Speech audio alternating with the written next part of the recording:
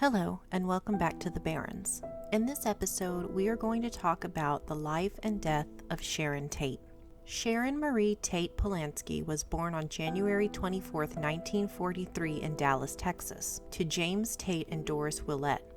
She was a pageant winner at just 6 months old, but her parents weren't really interested in the showbiz lifestyle for their little girl.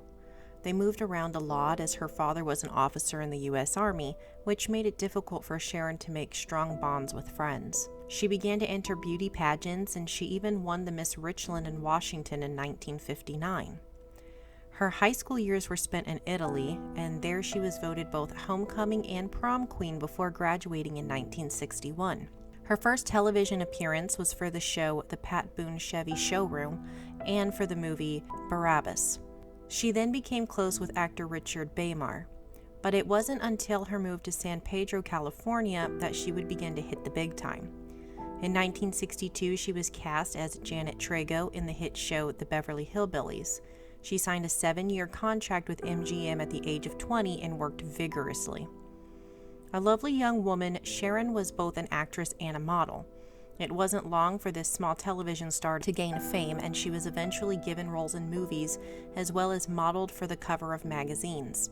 Some of her most notable films included Dance of the Vampires, Valley of the Dolls, Eyes of the Devil, and Don't Make Waves. She met a man named Jay Sebring, who was a celebrity hairstylist, and they began dating in 1964 and eventually got engaged. But in 1966, she would start work on The Fearless Vampire Killers, where she would meet Roman Polanski and end her relationship with Sebring. She married Polanski on January 20th, 1968. Now, there are plenty of rumors about their relationship, but I won't be adding that here, so feel free to look that up if you want more information on that. Sharon, who was 8.5 months pregnant, had some friends over at the home she shared with Polanski in Benedict Canyon in August of 1969.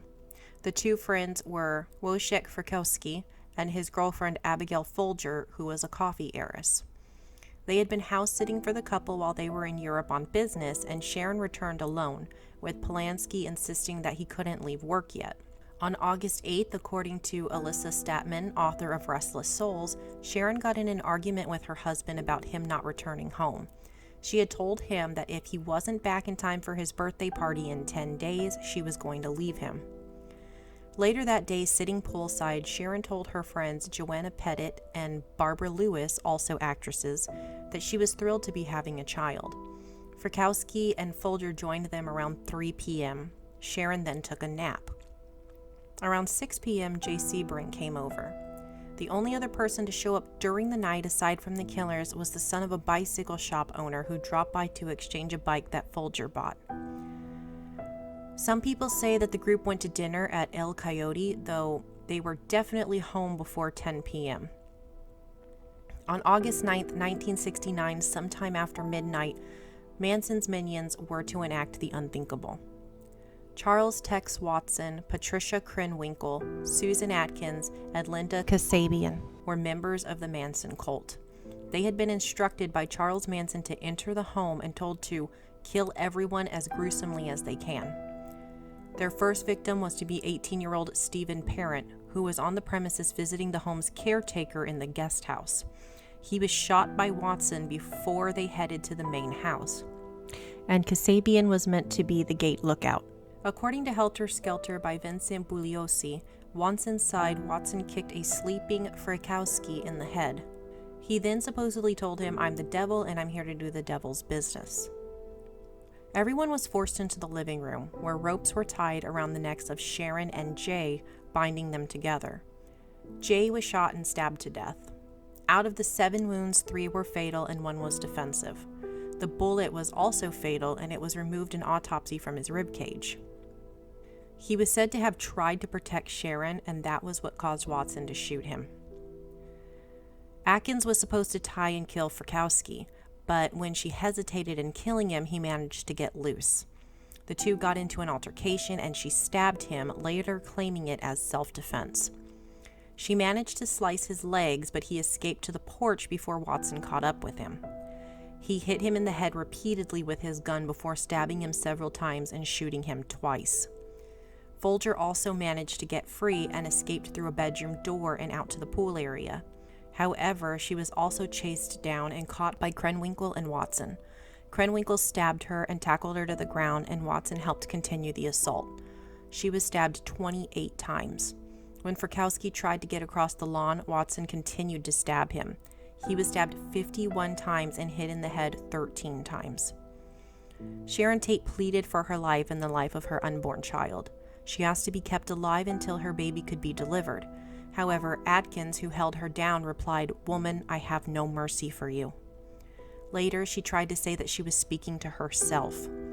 Sharon Tate was stabbed in the chest by Watson, and by the end of the massacre, she had been stabbed 16 times, 5 in the chest, 8 in the back, 2 in her upper right arm, and 1 at the base of her right thigh. Atkins then wrote the word pig on the front door of the home in Sharon's blood. She claimed this was in an attempt to get Bobby Bousile out of jail. Sharon was also hung from the rafters by the rope around her neck. The killers were supposed to receive the death sentence, but once California abolished the death penalty, it was changed to life in prison. Atkins died of brain cancer in 2009 while in prison, and Manson died in prison at 83 in November of 2017. Watson has been denied parole about 18 times, and he currently sits in Richard J. Donovan Correctional Facility at 76 years old. Krenwinkel is now 74 years old and was recommended for parole on May 26 of 2022. However, the governor has until October 23, 2022 to decide the action he'll take on the parole. Kasabian stood as a witness in the trials, turning herself in after being notified of the warrant out for her arrest. And while she was the driver and lookout, it wasn't believed she participated in the killings. She was also the only one to appear upset during the trial. She even told Manson, "I'm not you, Charlie. I can't kill anyone." Susan Atkins kept whispering to her during the trial, "You're killing us," to which Kasabian replied, "I am not killing you. You have killed yourselves." Kasabian is now 73 years old and is said to live in near poverty. So that's it for today's episode. I hope that you found it interesting. I'll likely cover more Manson topics in the future. He was a crazy and sick individual. As always, if you have any questions or comments, please leave them down below. And until next time, stay safe, stay healthy, and thank you for joining me in the Barrens.